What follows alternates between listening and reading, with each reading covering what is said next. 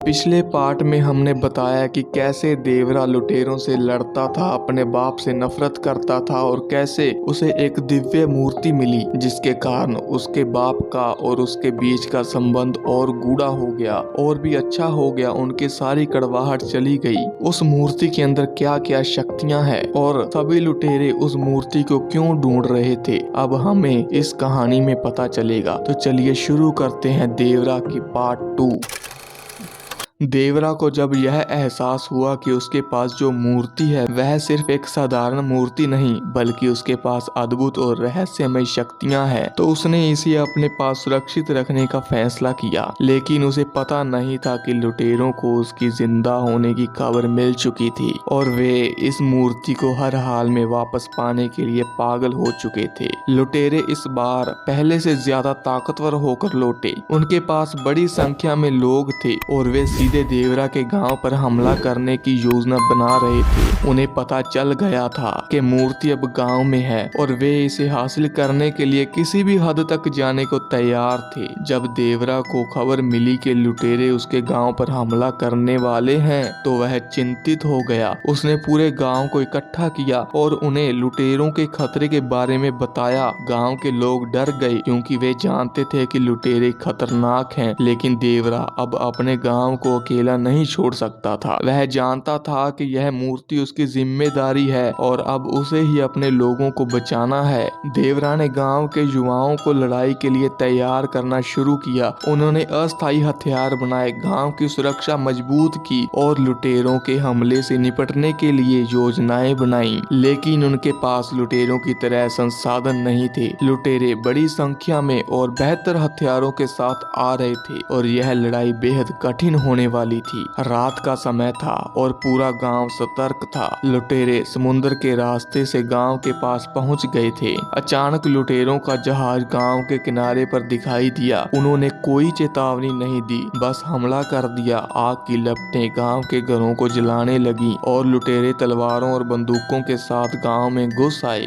देवरा ने गांव के लोगों का नेतृत्व किया और वे लुटेरों से मुकाबला करने लगा। वह अपनी पूरी ताकत से लड़ा, लेकिन लुटेरे ज्यादा थे और उनके पास बेहतर हथियार थे। धीरे धीरे लुटेरों ने गांव पर कब्जा करना शुरू कर दिया। वे सिर्फ गांव को बर्बाद करने नहीं आए थे, उनका असली मकसद था मूर्ति को पाना और वे जानते थे कि यह मूर्ति देवरा के पास है। जब लुटेरे गांव के मुख्य हिस्से तक पहुंच गए तो देवरा को मजबूर होकर मूर्ति का इस्तेमाल करना पड़ा। उसने उसे अपने हाथ में पकड़ लिया और अचानक उसकी आंखों में एक चमक दिखाई दी। मूर्ति से एक अद्भुत शक्ति निकली जिसने हवा और समुद्र को भी प्रभावित किया। समंदर की लहरें तेज हो गई और आसमान में बादल गहरा गए। मूर्ति की शक्ति से लुटेरों के जहाज उलटने लगे और लुटेरे डर के मारे भागने लगे। देवरा अब मूर्ति के असली रहस्य को समझने लगा था। यह न सिर्फ एक प्रतीक थी बल्कि इसके अंदर समंदर और प्रकृति की शक्तियों को नियंत्रित करने की ताकत थी। उसने मूर्ति का इस्तेमाल करते हुए लुटेरों को गांव से बाहर खदेड़ दिया, लेकिन लुटेरों का सरदार जिनसे देवरा पहले से टकरा चुका था वो हार नहीं मान रहा था। वह जानता था कि मूर्ति उसकी सबसे बड़ी जीत होगी और वह किसी भी कीमत पर इसे पाना चाहता था। उसने एक अंतिम बार हमला किया, लेकिन इस बार देवरा तैयार था। दोनों के बीच एक भीषण लड़ाई शुरू हुई। लुटेरों का सरदार बेहद ताकतवर था, लेकिन देवरा ने मूर्ति की शक्ति और अपने आत्मविश्वास से उसे हराया। अंत सरदार समंदर की लहरों में खो गया और लुटेरे हमेशा के लिए हार मानकर चले गए। लुटेरों को हराने के बाद गांव में शांति लौट आई। देवरा ने मूर्ति को एक सुरक्षित स्थान पर छुपा दिया ताकि इसकी शक्ति का गलत इस्तेमाल न हो सके। उसने सीखा कि यह मूर्ति केवल एक साधन नहीं थी बल्कि यह जीवन के सच, शक्ति और जिम्मेदारी का प्रतीक थी। देवरा अब अपने पिता से सुलह कर चुका था और उसने अपने गांव के लोगों को बचाकर अपनी अंतरात्मा में शांति पा ली।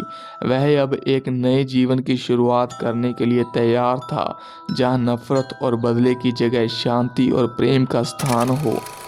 इसी तरह पार्ट 2 का अंत होता है। अगर कहानी अच्छी लगी तो प्लीज लाइक शेयर जरूर करें और चैनल को सब्सक्राइब जरूर करें, क्योंकि हम ऐसी ही स्टोरीज लाते रहेंगे। ऐसी कोई स्टोरी देवरा फिल्म की होती तो वो जरूर 1000 करोड़ प्लस कमाई कर पाती, मगर अब जो स्टोरी हमें देवरा में दिखाई गई है उसके बारे में हर कोई यही बात कर रहा है कि स्टोरी बिल्कुल ही बेकार है। हालांकि जूनियर एनटीआर इतने बड़े स्टार हैं, इतनी बड़ी शख्सियत हैं, पर उनके लिए ये स्टोरी नहीं है। चैनल को सब्सक्राइब करे बिना मत जाना, और अगले पार्ट में हम बताएंगे कि इस मूर्ति का रहस्य क्या है, क्यों यह मूर्ति इतनी शक्तिशाली बलशाली है, क्यों सभी लुटेरे इसके पीछे पड़े हैं, और देवरा को यह मूर्ति क्यों मिली। याद रखना कि हमारी अगली वीडियो आने वाली है।